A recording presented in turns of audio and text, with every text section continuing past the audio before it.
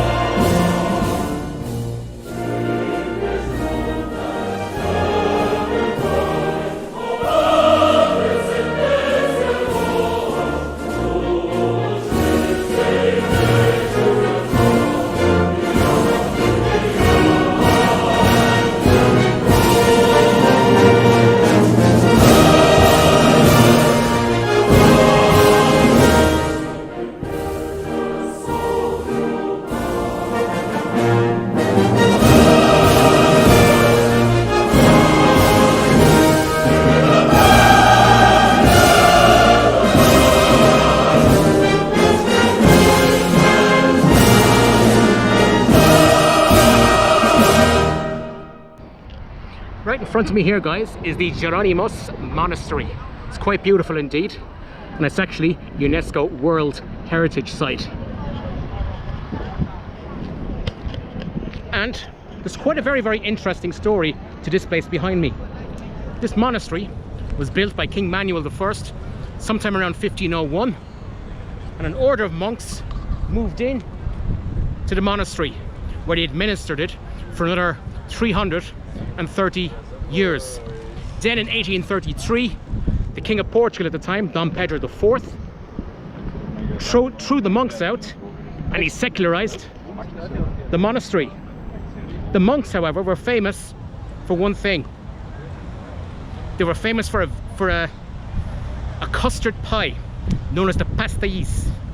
And when the monks left the monastery here, they brought their recipe over there, where they set up a shop, and it's from here where the famous Pastry de Belém is sold. Portugal's most famous custard pie. I'm hungry. It's food o'clock, so let's go. And there it is, guys. Check it out, the Pastry de Belém. Yes, the famous shop. And as you can see, there's a huge queue of people looking to get in and taste the famous pie. Well, looks like I'm gonna be here for a while, guys, queuing up to get into the famous shop. It's extremely warm outside, it's hot today in Lisbon, but I think this is gonna be worth it. After all, it is a food o'clock. Okay.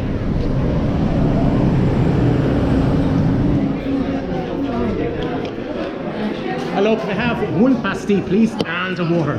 One packet. Yeah, one patty, yeah. It's pronounced patty, yeah? Patty, pronounced? Pasty, yeah, pasty. Yeah, one pasty, yeah. That's the one? One, yeah. Thank you. Okay.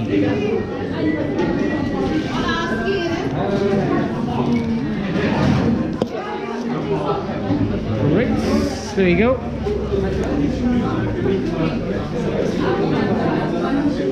Obrigada. Right, so we got the famous pastéis, and we're gonna go somewhere to test the taste. All right, I'm gonna find a place to at least sit down, and let's see if it's going to be the best food o'clock of all time. All right, there's a place here in front of me, and let's see. Starbucks. Hope you don't throw me out. All right, so let's put it to the test. The famous seal.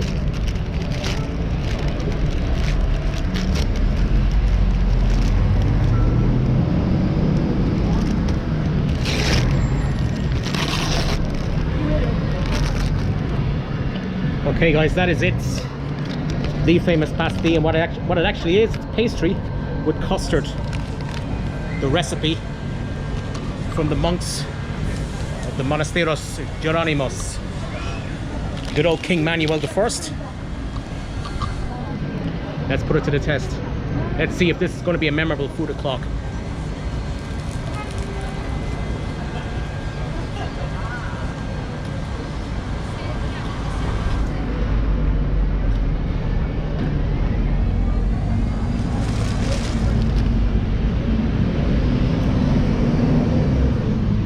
That is bloody awesome. Look at that custard. It's warm, it's flowing, it's so fresh. It's absolutely amazing. Bottoms up, guys.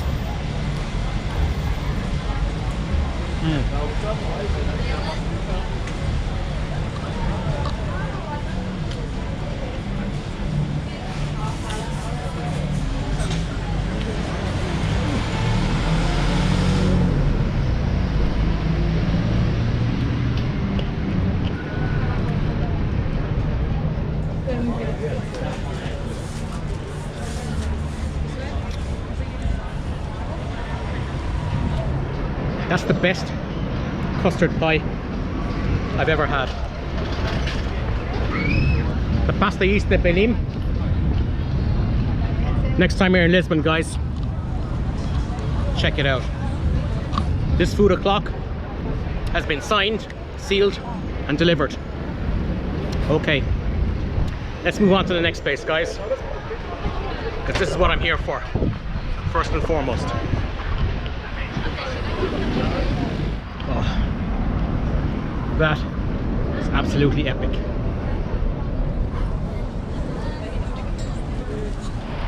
In early September 1845, the first media reports began to filter in of a failure of the potato crop in the southeast of Ireland. What happened over the next 4 years was undoubtedly Europe's worst social disaster. More than 1.5 million Irish people starved to death.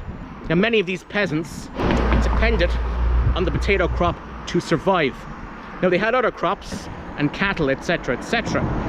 However, in many cases, they had to sell these crops and the livestock in order to pay the rent to their landlords. And what followed was disaster, a famine that claimed the lives of over 1.5 million people.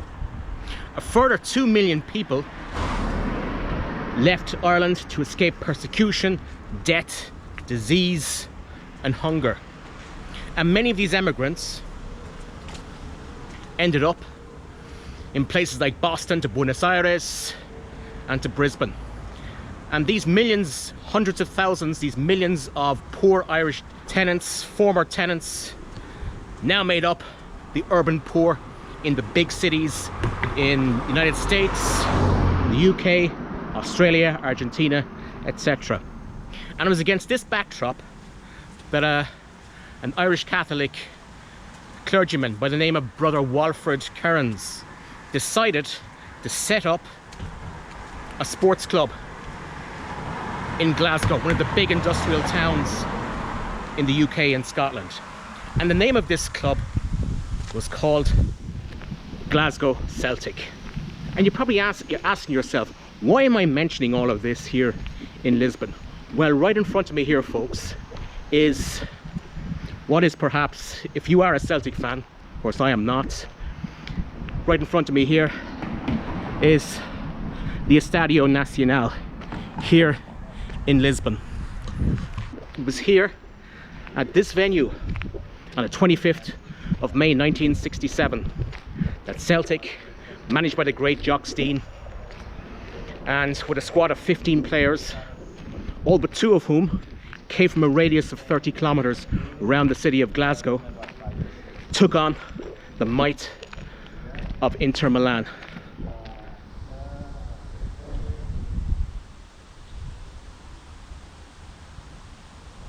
You must get a lot of Celtic fans coming in here and you know, looking at, they want to look at the stadium. Yeah. 67. Yeah, 1967. Yeah. The European Cup final. What? No, I wasn't born at that time, but a lot of people back home remember this day, 25th of May. Very cool. Very cool. Yeah. I can see it in front of me. This is the stadium right here. There it is. Wow. That is incredible. Please, so not grass. Stay off the grass.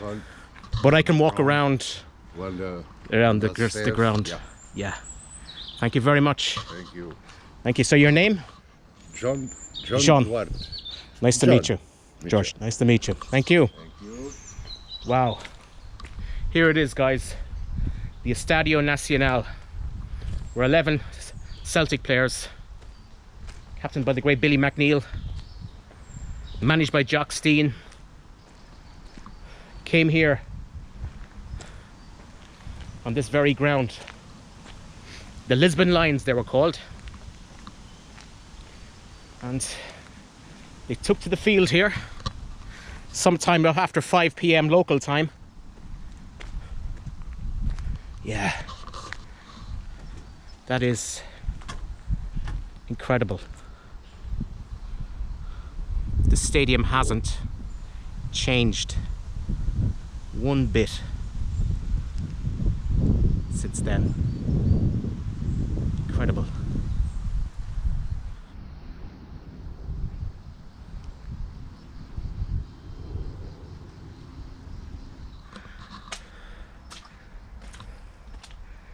If you're a Celtic fan, this is like a trip to the Colosseum. Wow.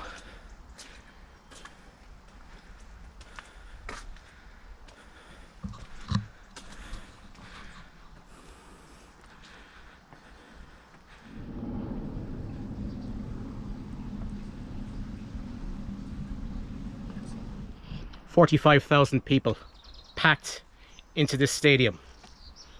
Celtic, managed by Jock Steen, against Inter Milan, the aristocrats of Italian football, managed by the great Helenio Herrera, then at the time the highest paid manager in Europe.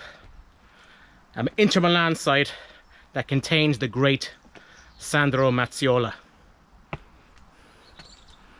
against a Celtic team of the 15 players, all but 2 came from a 30-mile radius of Glasgow. And as they say, the rest is history. On the colours, Celtic in their world famous green and white hoop shirts with no numbers on their back, only on their white shorts. Inter Milan in their black and blue striped shirts, black shorts. Mazzola number 8, and away we go for the 12th European Cup final. Fortunately, as I say, the temperature has dropped.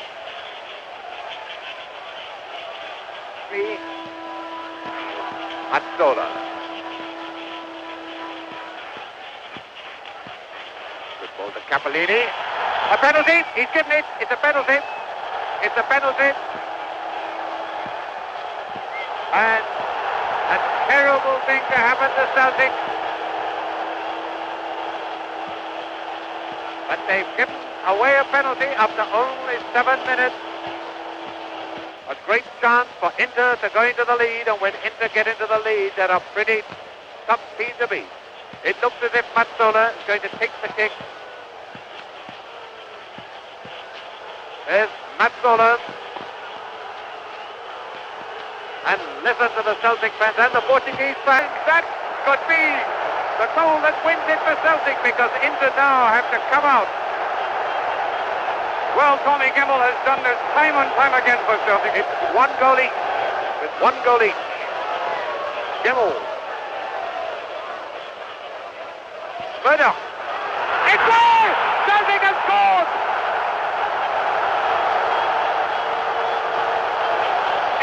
I think Chalmers put it in, but it doesn't matter. And Murdoch jumped as a kilted gentleman on the pitch. Only 5 minutes to go, and without a doubt, the European Cup is on its way to Glasgow. Only seconds left. The referee looked at his two linesmen.